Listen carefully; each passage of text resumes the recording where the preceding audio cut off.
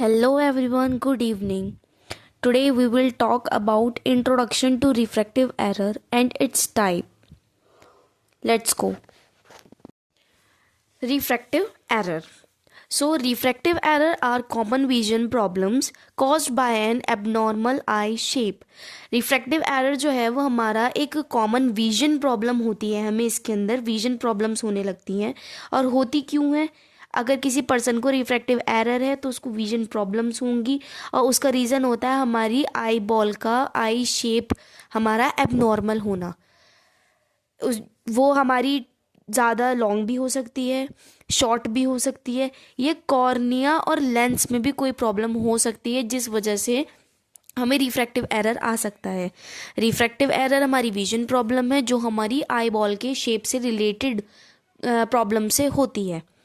अगर ज़्यादा to long होगी तो भी हमें रिफ्रैक्टिव एरर हो सकता है, शॉर्ट होगी तो भी रिफ्रैक्टिव एरर कॉज हो सकता है, और अगर हमारे कॉर्निया या लेंस में कोई प्रॉब्लम है तो भी हमें रिफ्रैक्टिव एरर हो सकता है। This prevent light from focusing directly on the retina causing blur vision. हमने पढ़ा है कि जो हमारी लाइट आती है वो हमारी इन्फिनिटी से क्रिस्टलाइन लेंस पर आकर फोकस करती है, फिर क्रिस्टलिन लेंस से हमारी आई रेटिना पर फोकस करती है और इमेज बनाती है फोविया के through.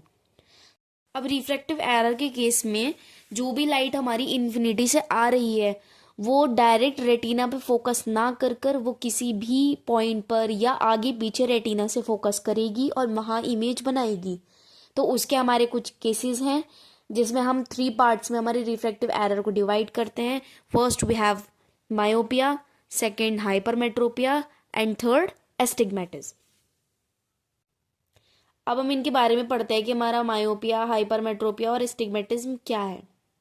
If a image is formed in front of the retina, अगर कोई इमेज रेटिना से पहले बन रही है, लाइट जो इन्फिनिटी से आ रही है और क्रिस्टलिन लेंस से पास हो रही है, लेकिन वो कहाँ पर आकर पड़ रही है? हमारी रेटिना से पहले आकर पड़ रही है, तो जो front of the retina light पड़ेगी वो हमारी front of the retina he image बनाएगी। तो उस केस को बोलते हैं मायोपिया, उस कंडीशन को बोलते हैं मायोपिया। ठीक है, फिर आता है हमारा हाइपरमेट्रोपिया। हाइपरमेट्रोपिया में जो इमेज बन रही है हमारी वो बिहाइंड द रेटिना बनेगी, रेटिना के पीछे। जो भी हमारी इन्फिनिटी से लाइट आ रही है वो हमारी रेटिना के पीछे जाकर फोकस करेगी और वहाँ पर इमेज फॉर्म करेगी। फिर एस्टिग्मेटिज्म के अंदर हमारी जो इमेज बन रही है, जो हमारी लाइट आ रही है इन्फिनिटी से, वो किसी भी पॉइंट पर, वो आगे पीछे किसी भी पॉइंट पर जाकर फोकस करेगी और इमेज बनाएगी। एस्टिग्मेटिज्म के अंदर किसी भी सरफेस पर लाइट पॉइंट आउट करेगी और वहाँ पर फोकस कर कर इमेज फॉर्म करेगी। सो उस केस को हम बोलेंगे एस्टिग्मेटिज्म। मायोपिया को हम अदर नेम बोल सकते हैं नियर साइडनेस, एंड हाइपरमेट्रोपिया में हम बोल सकते हैं फार साइडनेस।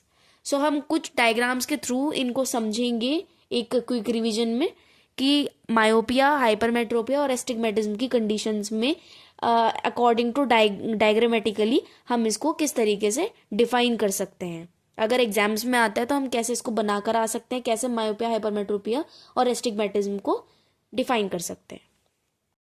मायोपिया में जैसे हम डायग्रामेटिकली समझ सकते हैं स्क्रीन पर कि हमारी जो इमेज होगी वो रेटिना से फ्रंट पर बनेगी, क्योंकि जो हमारी लाइट फॉल हो रही है वो हमारी रेटिना से फ्रंट पर हो रही है, तो रेटिना।